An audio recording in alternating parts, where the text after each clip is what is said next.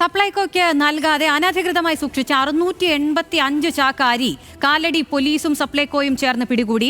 കാലടി മുണ്ടങ്ങാമറ്റത്തെ ഫ്രാൻസ്കോ അരിമില്ലിൽ നിന്നാണ് അരി പിടികൂടിയത്. അരി സൂക്ഷിച്ചു വെച്ചിട്ടുണ്ടെന്ന രഹസ്യ വിവരത്തിന്റെ അടിസ്ഥാനത്തിലായിരുന്നു പരിശോധന. സഹിൻ ആന്റണി ഉണ്ട് വിവരങ്ങളുമായി. സഹിൻ, എങ്ങനെയാണ്, എപ്പോഴാണ് ഈ പിടികൂടിയത്? വിശദാംശങ്ങൾ. ഇന്ന് രാവിലെയാണ് കാലടി പോലീസും ഒപ്പം തന്നെ സപ്ലൈകോ വിഭാഗവും ചേർന്നുകൊണ്ട് ഈ പറയുന്ന 685 കിലോ ചാക്ക് അരി പിടികൂടിയത്.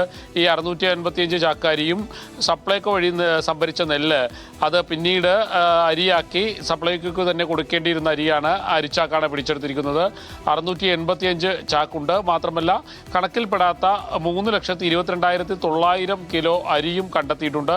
ഈ പറയുന്ന മില്ലിനെ കുറിച്ച് നിരവധി പരാതികൾ ഉണ്ടായിരുന്നു. ഇന്നാണ് ഒരു രഹസ്യവിവരം ലഭിച്ചത്. കാലടി പോലീസിനാണ് ഈ രഹസ്യവിവരം ലഭിച്ചത്. സപ്ലൈകോയ്ക്ക് നൽകാതെ അരി പൂഴ്ത്തി വെച്ചിരിക്കുന്നു എന്നുള്ളതാണ് ലഭിച്ച വിവരം. ഇതിന്റെ അടിസ്ഥാനത്തിലായിരുന്നു പരിശോധന നടത്തിയത്. എന്തായാലും 685 ചാക്ക് അരി കണ്ടെത്തുകയും ചെയ്തു. മാത്രമല്ല